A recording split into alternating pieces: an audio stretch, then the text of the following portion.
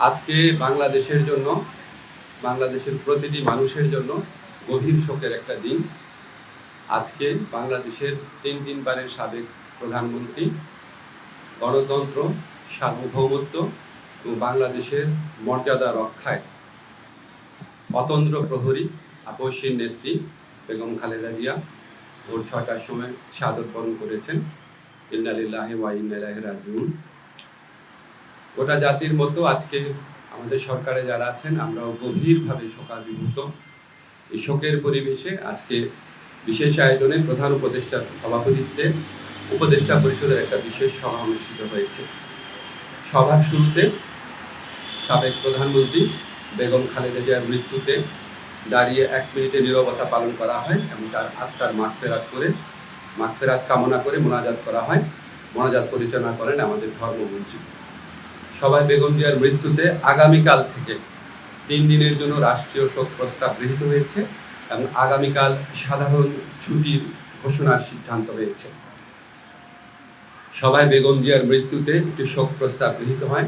শোক প্রস্তাব পাঠ করেন আমাদের তথ্য এবং পরিবেশ উপদেষ্টা।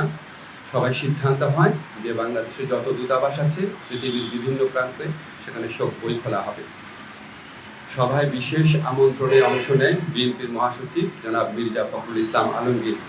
তিনি সাবেক প্রধানমন্ত্রী বেগম খালেদা জিয়ার পক্ষ থেকে বেগম খালেদা জিয়ার পরিবার এবং দলের পক্ষ থেকে অন্তর্বর্তীকালীন সরকারের প্রতি কৃতজ্ঞতা প্রকাশ করেন এবং বেগম জিয়ার নিরাপত্তা সহ সকল ক্ষেত্রে প্রয়োজনীয় সহযোগিতা প্রদান করার জন্য ধন্যবাদ জানান।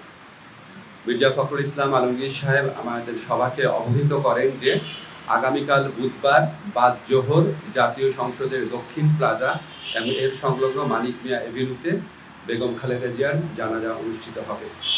জানাজার পর তাকে শহীদ রাষ্ট্রপতি, বীর মুক্তিযোদ্ধা রাষ্ট্রপতি জিয়াউর রহমানের পাশে দাফন করা হবে। ওনার দাফন করা হবে শহীদ রাষ্ট্রপতি জিয়াউর রহমানের পাশে। আজকে সবাই বেগম জিয়ার দাফন এবং জানাজা সম্পর্কিত বিষয়ে সরকার সব ধরনের সহযোগিতা প্রদান করবে বলে জানিয়েছেন মাননীয় প্রধান উপদেষ্টা। মাননীয় প্রধান উপদেষ্টা ডক্টর মোহাম্মদ ইউনূস সভায় বেগম জিয়ার বিষয়ে বিভিন্ন স্মৃতিচারণ করেন।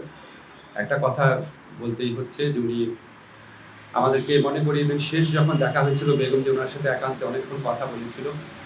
আপনারা জানেন সেনা সদরে যে অনুষ্ঠিত হয়েছে প্রোগ্রাম, সেখানে উনি অত্যন্ত উৎফুল্ল ছিলেন, সবার সাথে কথা বলেছেন এবং উনি সেগুলি স্মৃতিচারণ করেছেন মাননীয় প্রধান উপদেষ্টা।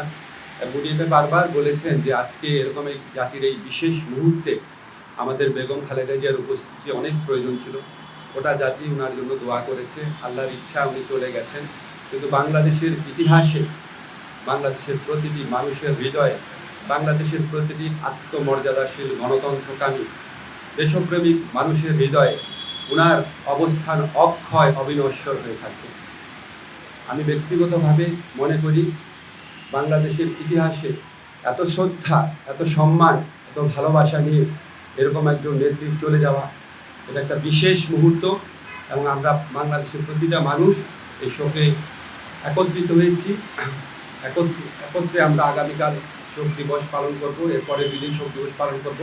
সবাই আমরা বেগম খালেদা জিয়ার প্রতি যথার্থ সম্মান প্রদর্শনের জন্য ওনার যে জানাজা হবে এবং ওনার যে দাফন কাজ হবে সেটা আমরা অত্যন্ত শৃঙ্খলার সাথে ভাবগাম্ভীর পরিবেশে আমরা আমাদের সবার দায়িত্ববোধ থেকে সুশৃঙ্খলভাবে এই অনুষ্ঠানগুলো আমরা দাফন এবং জানাজার যে কর্মসূচি রয়েছে সেগুলি আমরা পালন করব, এই প্রত্যাশা আমরা ব্যক্ত করছি। ধন্যবাদ।